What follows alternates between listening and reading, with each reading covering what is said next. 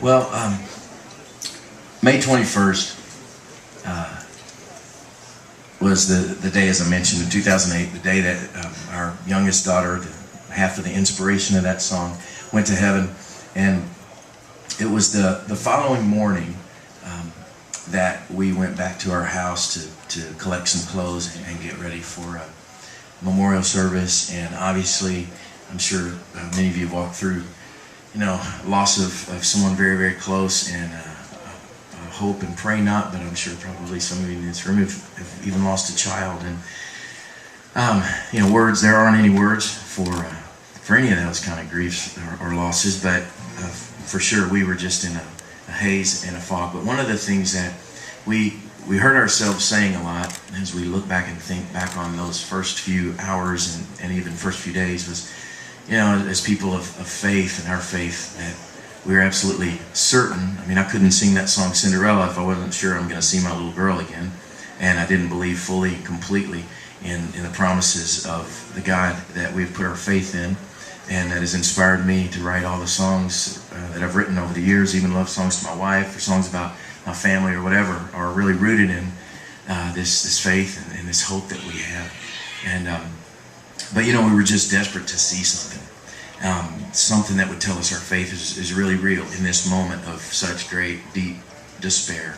And in particular, Kayla and I had said to each other, if God would just let us see something, if we could have a dream, a vision, something that would just really tell us what we know up here is really, really true, that Maria is with Jesus and she's safe in his arms and she's okay. And it was the next morning, we went to our home, and my wife and I were walking through with some friends collecting some things, and I noticed on the in our kitchen, or our dining room, there's a little art table that my two daughters would sit and color and draw. And Maria would love to cut things out, and she had a little flower that she would draw. And it was on all of her paper. She would always draw this little 6-petal flower, and she'd color in all the petals, different colors. And that was kind of her signature flower. Well, I noticed there was a little flower drawn on a piece of paper sitting on the art table. And that was the only piece of art or anything that was out. And I realized she had done that the morning, she'd been sitting there the morning of the accident. And so I knew this was something she'd done just that day before. And obviously, as a dad, you know, I'm already, you know, pretty much wasted and crying, but this just took it over the top, and I'm seeing this picture. But I noticed that only one petal was colored in, and the rest of them were blank. So it looked like she just drew the outline and only got one petal colored in, her favorite color, blue, always the one she started with. But that was the only petal. And then I noticed something else in underneath the paper, because she'd used a marker. I noticed something bleeding through the paper, some words that she'd written on the back. And she had just turned 5. She was in preschool. She could write, "I love you, Mom, I love you, Dad," and she could sign her name, Maria. And those were the only words she had that she would write. And I noticed something on the back, and it looked like some letters. So I turned the paper over, and there was a little butterfly that she had drawn, another kind of signature picture she would draw a lot. And then right beside it were the letters S-E-E. She had written the word C. And to our knowledge, and we went and asked all the, you know, her sisters, said, had Maria ever written this word? Did you know if she even knew this word? And as far as we could tell, she'd never written it before. And it was, for us, you know, obviously a very precious gift, something that we really felt like, in a way, God was answering that prayer and that cry of our heart to let us see something.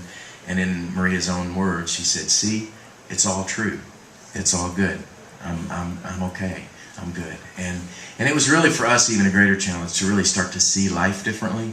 You know, these kind of things do this to us, and they cause us to realize, gosh, you know, it's just, it's so short, and it is about, you know, these lives are just the blink of an eye. And can I really see with an eternal perspective what's going on around me, and look at people differently and life differently? And so it's just been a real challenge and encouragement for us. And as we looked more at the flower, we noticed something just a couple of days later. That unfinished flower became a really important message to us as well, because we have 6 children, and we realized one day, explaining it to someone, that there are 6 petals on the flower, but only one of them is colored in. And we really don't think she didn't finish the picture. For us, it's a message that, hey, I'm whole, I'm good, I'm complete now. I know it was only 5 years. Seems short in your idea of understanding right now on your side of eternity, but you're going to see it and realize I'm whole. The rest of you are waiting for your color, so you're just going to have to wait, you know? You're just going to have to be plain blank and wait until you get complete and whole. And so when the guys at Taylor asked me about making a guitar, I said, guys, this is crazy, and it may be just, I'm a dad who was already a little insane, and when I lost my daughter, I went all the way. So, and I may ask you something totally crazy, and you can tell me that's a nice, wonderful thought, but it won't work for a guitar. I said, I'm going to send you the artwork that my little girl drew, and see if you could put it on the guitar. And so these guys were just amazing. Larry went to work and created this guitar. And it's my favorite Taylor of the several that I have in my arsenal now. I don't tell my wife how many, I keep them hidden, but I have a few. Thank you, Bob. Thank you, Bob. Yeah, it's our little secret. We'll never tell. Okay. But 714 has been just my favorite guitar through the years, the cedar top.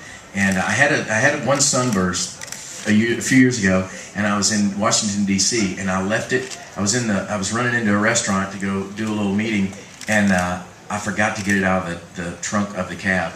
And I have searched every cab in Washington D.C. for 10 years, and I still can't find that guitar in the trunk. It drove away, never to return, and it was my only sunburst. So I said, would you guys do a sunburst? Kind of reminded me of some things lost, but this one is going to be returned.